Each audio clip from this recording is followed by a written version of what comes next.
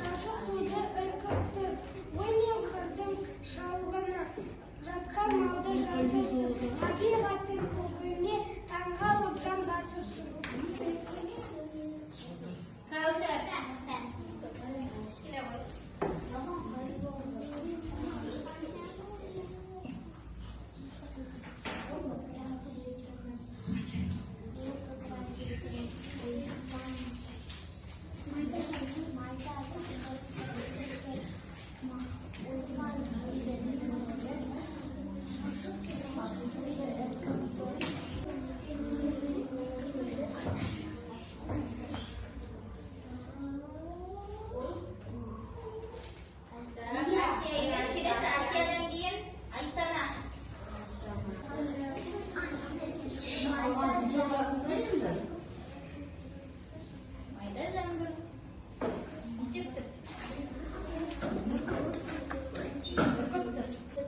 Ойпан жерге төнеліп, шашы суды іркіп тұр.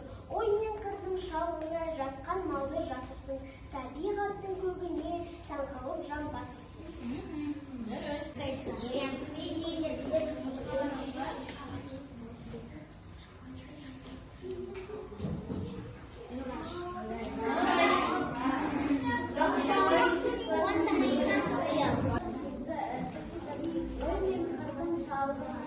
Жатқан малды жасырсын, табиғаттың көгіне таңғалып жан басырсын. Жарайсың. Ақыл құтырап желдіңіз, майда жаңбыр бүркіп тұр, ойпан жерлер киінеліп, шымшық суды үркіп тұр. Ой мен қырдың шалғыны, жатқан малды жасырсын, табиғаттың көгіне таңғалып жан басырсын. Қарайықшы, суретке қарайық. Мына суретте не берген екен? Бала не істеп отыр? Алып отыр. Ал мына суретте жоқ, сүріп жатырған жоқ. Не істеп жатыр? Телефонмен кіммен сөйлесіп жатыр? Біреумен сөйлесіп жатыр, иә? Не істеп жатыр? Көңілін сұрап, соғып, айтып жатыр екен, иә? Сонда бүгінгі біздің тақырыбымыз қандай екен? Көңіл сұрауды білемін. Дұрыс. Көңіл сұрауды білемін. Бүгінгі тақырыбымыз осы денсаулықпен тығыз байланысты болады. Бүгінгі сабақта сізге мәтінді түсініп, рөлге бөліп оқисыңдар, мәтінді сахналайсыңдар, және де кейіпкерлердің іс-әрекетіне өздерінің пікірлерін, көзқарастарын білдіресіңдер.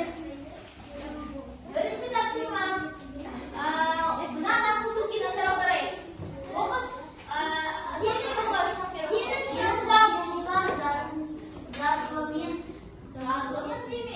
Жарлымен деме. Жолдардың көп болса, жалғызбен деме. Жалғызбын деме. Сонда денің сау болса, жарлымын деме. Жолдасың көп болса, жалғызбын деме. Сонда денің сау болса, денің сау адамнан бай адам жоқ екен, балалар. Я қалай түсінеміз? Қалай түсінеміз бұл нақты? Айтау, Әсия. Әсия, айтау. Кейбір адамдар өздерінің денсаулықтарын емес, кәдімгі ақшамен бай болып отыр. Ал бұл адамдардың мысалы кемшіліктері сынауы мүмкін. Ал біреудің аяғы жоқ болуы мүмкін. Ал онсыз олар байлық емес, ал олар денсаулық. Ал жолдасың, сенің достарың көп болып тұрса, сен менің достарым жоқ деп баруға болмайды. Өйтіп айтсаң, жаның сәйкес келетін шығар, ал сіз соны Дұрыс. Сонда біз кейбір адамдар жолдасы көп болса да олар не дейді? Жалғызбын, менің ешкімім жоқ деп айтады. Бірақ негізінен олай емес. Себебі біздің өмірімізде ата-аналарымыз, жақындарымыз, мына отырған бір сыныпта отырған достарымыз, жолдастарымыз бар екенін ұмытпауымыз керек. Сонымен қатар денің сау болудан асқан байлық жоқ екенін біз түсінуіміз керек. Так, келесі сабақ.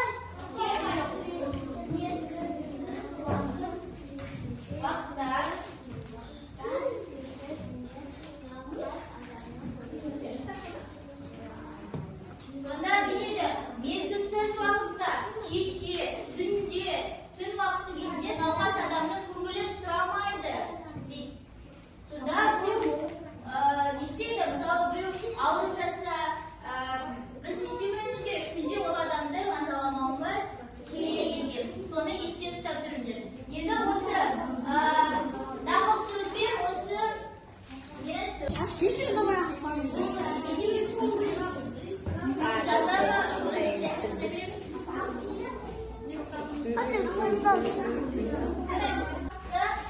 адамның көңілін сұрамайды екен. Бұны есімізге құптап тұрып сақтап жүрейік. Түлкі ертегісімен таныстырамын. Сол ертегіні мен сіздерге мәнерлеп оқып берейін. Мұқият тыңдаймыз. Бір күні жолбарыс сырқаттанып қалады. Әміршінің көңілін сұрау үшін оның үйіне барлық аңдар жиналады.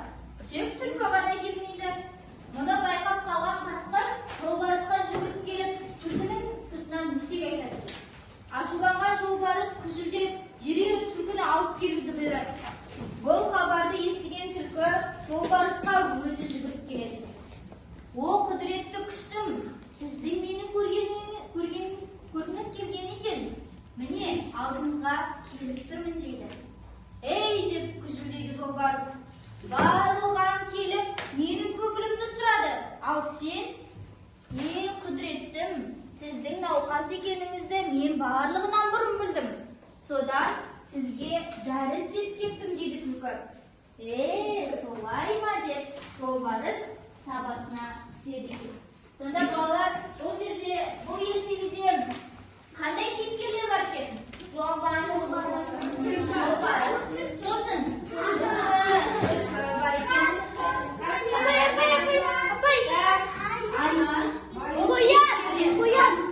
Кейіпкерлері.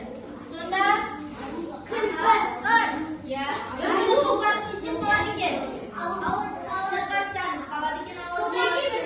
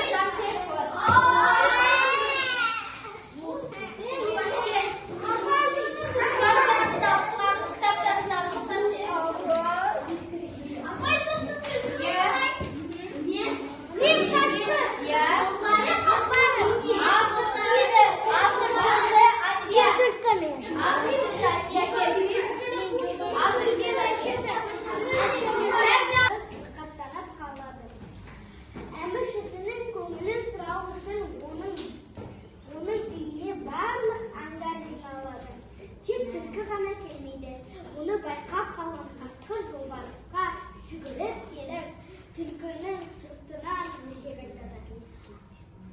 Ашуланған жолбарыс күжілдеп, дереу түлкіні алып кетуін бұйырады. Бұл хабарды естіген түлкі жолбарысқа өзі жүгіріп келеді. О, күдіреті күштім сіздің, менің көбініш келген екен міне, алдыңызға